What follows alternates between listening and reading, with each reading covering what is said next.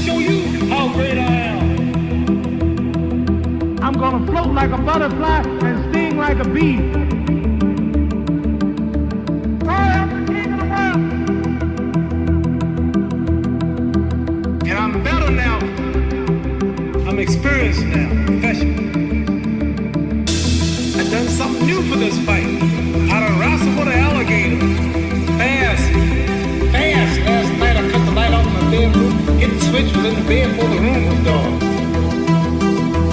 I'm so mean, I make medicine sick. I am the greatest. G5 Jeff TV, hit the subscribe button, hit the like button. Please share this video, support your boy, support good content at all times. All social media is in the description box, and please hit that bell icon so you can be notified when I drop that heat. This is the official breakdown and prediction video for Danny Garcia versus Shawn Porter, Barclays Center, September 8th, 2018, New York City. It's going down, and y'all know how G5 Jeff TV do when it comes down to official breakdown and prediction videos. I am officially 23 wins, 2 losses, 3 draws in the prediction video career. If you do not believe me, please go to the channel and run down the record, run down the videos. Now, this is a very intriguing fight.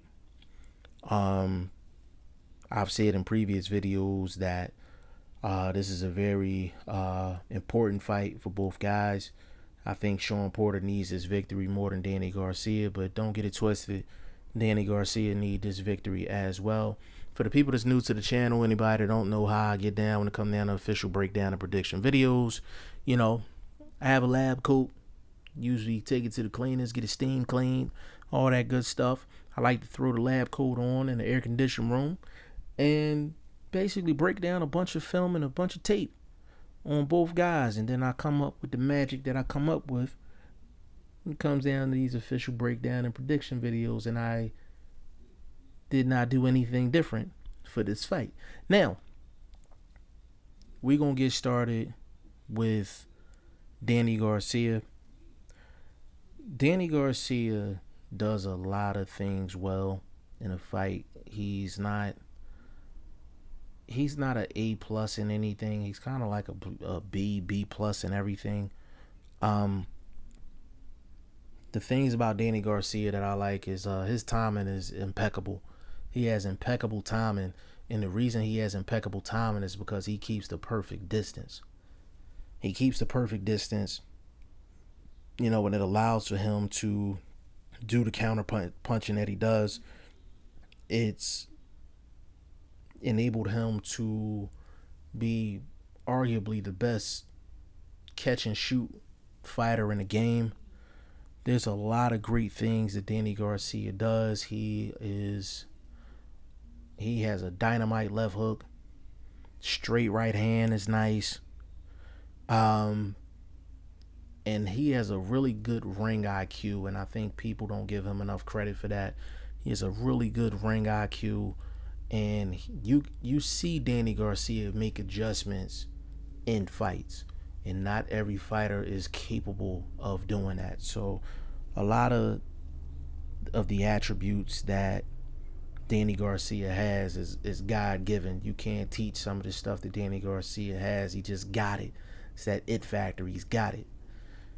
Now, Danny Garcia has one of the best resumes in the game, even though he has a label of a cherry picker, but I'm not gonna get too much into that because there's some politics and stuff like that involved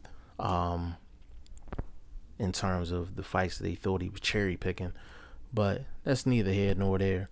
But with Danny Garcia, is, you know, he's top 5 welterweight. He's been in there with the who's who of guys. There's not a style that he hasn't seen in the ring, and basically this is a home game for Danny Garcia. This is a home game for Danny Garcia. Actually, when Danny Garcia goes to the Barclays Center, he damn near sells it out. Like, he gets just as much love in Brooklyn as he does in his hometown of Philly, and I can attest to that because we both from the same damn city. So this is definitely a good opportunity for Danny Garcia, and it's good for him to be practically in his second home in a crucial fight against Shawn Showtime Porter. Now, Shawn Porter, we all know Shawn Porter, what he brings to the table. One of the hardest working guys in the game. Great relationship with his father and his trainer, Kenny Porter. Big shout out to Kenny Porter. And Shawn Porter is physically one of the strongest guys at 147 pounds. Now, I'm not talking about punching power, because Shawn Porter, for all of the physical strength that he has, he doesn't have one punch knockout power. But he's just physically strong. Like, he was a former football player, like, and he comes inside like a football player. Like, his, he come in with his head, and, he come in tackle position. You know what I'm saying? When he's coming inside, with the new helmet rule in the NFL, Shawn Porter would be fine like every week. Like, he'd be fine. He'd be fine every single week. He'd be broke. He'd be broke by the end of the season. Much as Shawn Porter come in with his head, but it works for him. It works for him, because between the reputation of coming in with his head and the fact that you can definitely tell he was watching the old school Mike Tyson gym tapes, where Mike Tyson used to do a lot of the bobbing and weaving, side to side, moving his feet real quick side to side. Like, Shawn Porter tries to imitate that during fights. So Shawn Porter has what I like to call organized chaos in the ring. The opponents don't know what Shawn Porter's going to do. I don't think Shawn Porter knows what he's going to do when he get inside of the ring, and that benefits him at the end of the day. But there's a few things with Shawn Porter that I would like to see him tighten up on just as a fighter. There's too many times in a fight where he smothers his own shots. And I know when Kenny Porter does interviews, and he don't like the fact that people say that Shawn Porter smothers his work. Like, it's true. It's the facts. Like, Shawn Porter smothers a lot of his work, and he leaves a lot of opportunities just out there. It's plenty of fights and plenty of times where he can land massive hooks, massive body shots, massive straight right hands, and he just don't leave himself enough room to work, because he's so busy trying to get inside. He get in the front door and end up in the kitchen. Like, you know what I'm saying? Sometimes you go in the front door, you want to be in the living room, give yourself a little bit of room to work. He ends up in the kitchen, right in the back of the house. You understand what I'm saying? So it's crazy, with Shawn Porter. He does everything he's supposed to do to get inside, and then when he gets inside, he gives himself a quarter of an inch to work. And I think that's part of the reason why a lot of his fights has been more difficult than what they had to be. You know what I'm saying? So that's something that Shawn Porter needs to tighten up on. Number two, with Shawn Porter's just, he doesn't get tired. He has impeccable stamina. And the thing with Shawn Porter is he's there to outwork his opponent. And 9 times out of 10, if he's either going to outwork you or he's going to break your will. One of the two. And that's how he gets a lot of his stoppages and things of that nature. Now, how do I think this fight going to go? What are the keys for both guys? I'm going to start off with Danny Garcia. Danny Garcia has to stay tall. Now, I'm not saying that like Danny Garcia is like 6'5". I know that. Danny Garcia is probably like 5'8", 5'9". And Danny Garcia has to stand tall and stand his ground. When you don't stand tall and stand your ground, you end up backing up naturally. You end up backing up, and before you know it, you on the ropes. And now Shawn Porter can do all that bullying stuff that he does. He has to stand tall. He has to stand his ground. Like, basically, take the physical contact, basically. Just take the physical contact if you're Danny Garcia. But it lets Shawn Porter know that he's not going to be able to just back him up all night long, get him to the ropes, and get him where you want him to be. That's number one. Number two, Danny Garcia needs to throw an occasional uppercut. Not throw an uppercut to knock him out, but throw an uppercut to make Shawn Porter aware that he gonna have to pay a price before he walk up into that front door. Keith Thurman did that in spots during his fight with Shawn Porter, and he just stopped doing it. And when he stopped doing it, that's when Shawn Porter started getting in the inside, started making it an ugly, nasty fight, and that's how Shawn Porter like it. So Danny Garcia has to throw an occasional uppercut, left or right hand, don't matter, but he has to do it when he's coming in, when Shawn Porter's coming in. Give him something to think about. Another thing, throw them hooks. Throw the hooks. I know there's it's kind of a bait factor in terms of Shawn Porter, like to throw the jab in the straight right hand to take the Kell Brook approach. But actually, when you break down Shawn Porter's career, the times when he's gotten knocked down or he's gotten hurt, they've been with hooks. Keith Thurman caught him with hooks. Adrian Broner caught him with a hook, put him down. And it was funny in that fight because he was like, oh, I wasn't focused. I came out, lax. I'm like, what the hell you mean you came out lax? I'm like, it was the 12th round and you was dominating the whole fight. I was like, you was just out of the corner for like 2 seconds. How you come lax in 2 seconds? Like, you know what I'm saying? So that fight, he got caught with a hook, got put down. When he had the 2 fights with Diaz, he was getting caught with hooks. You know what I'm saying? When Andre Berto landed a few shots, they were hooks. So Adrian Granados, hooks. So Kell Brook's really the only one that was able to negate Shawn Porter with a jab and a straight right hand, and that was because he was clinching a lot with Shawn Porter. See, I don't think Danny Garcia is going to clinch a lot with Shawn Porter, and I think he just going to throw with him, and it's just going to be some fireworks in the fight. And even though I don't think Danny Garcia is going to do it, but he does need to clinch Shawn Porter at times. It's just natural because a guy like Shawn Porter, you don't clinch him, you just let him come in all night with that physical rough shit. It's just going to wear you down at the end of the day, and I don't care what kind of shape you in. So Danny Garcia does need to clinch Shawn Porter at times during the fight. So, I mean, Danny Garcia really just needs to fight his fight, but just stand his ground at times, clinch at times, and catch and shoot. That's what Danny Garcia needs to do to win this fight. Shawn Porter needs to outwork Danny Garcia. I'm talking about like 2 punches to 1 outwork Danny Garcia, because this is a home game for Danny Garcia. They may not realize that, but this is a home game for Danny Garcia. So I do think Danny Garcia is going to get the benefit of the doubt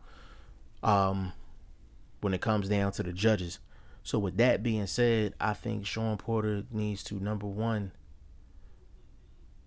throw an effective jab. Jab to the head, jab to the chest, jab to the body. Throw more than 1 jab so he won't get caught like Brandon Rios got caught. Side to side movement. That's another thing. He needs side to side movement. Give him angles. Number 3, do not smother your work. Give yourself an opportunity to land big shots, and that's mid-range.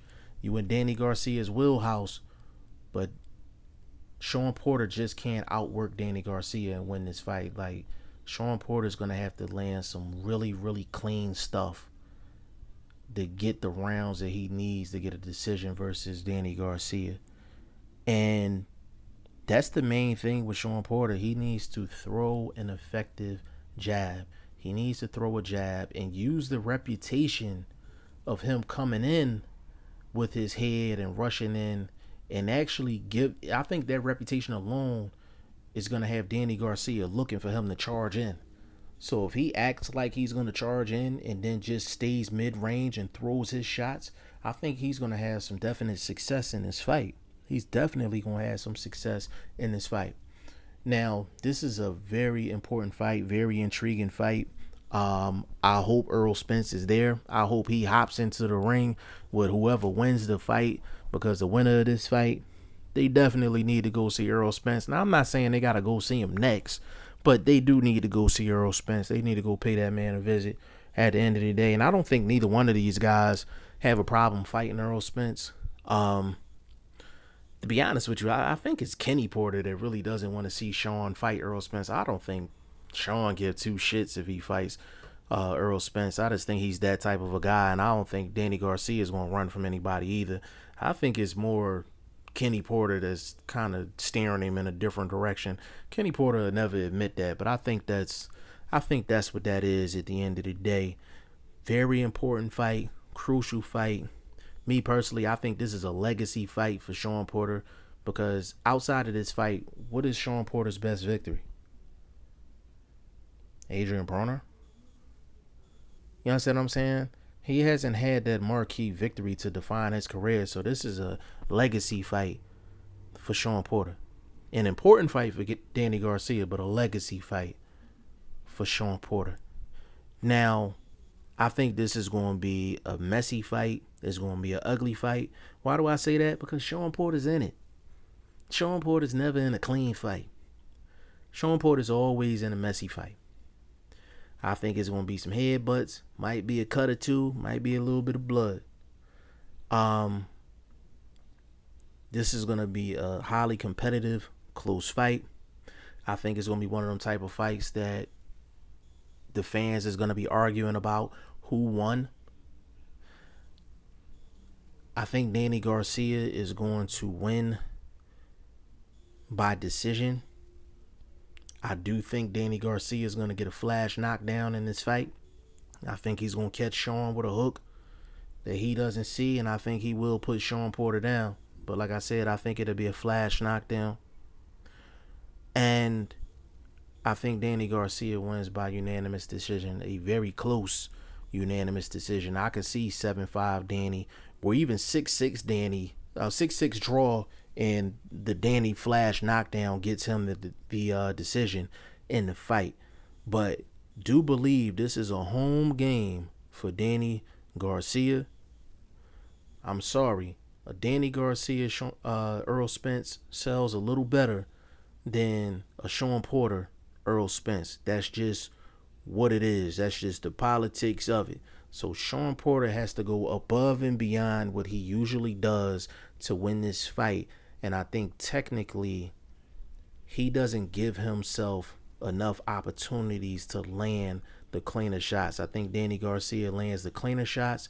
He may not land as many shots as Shawn Porter, but I think Danny Garcia will land the flashier, good-looking work inside of the ring, and I do think Danny's going to get a flash knockdown. And that's what we going with over here on G5 Jeff TV.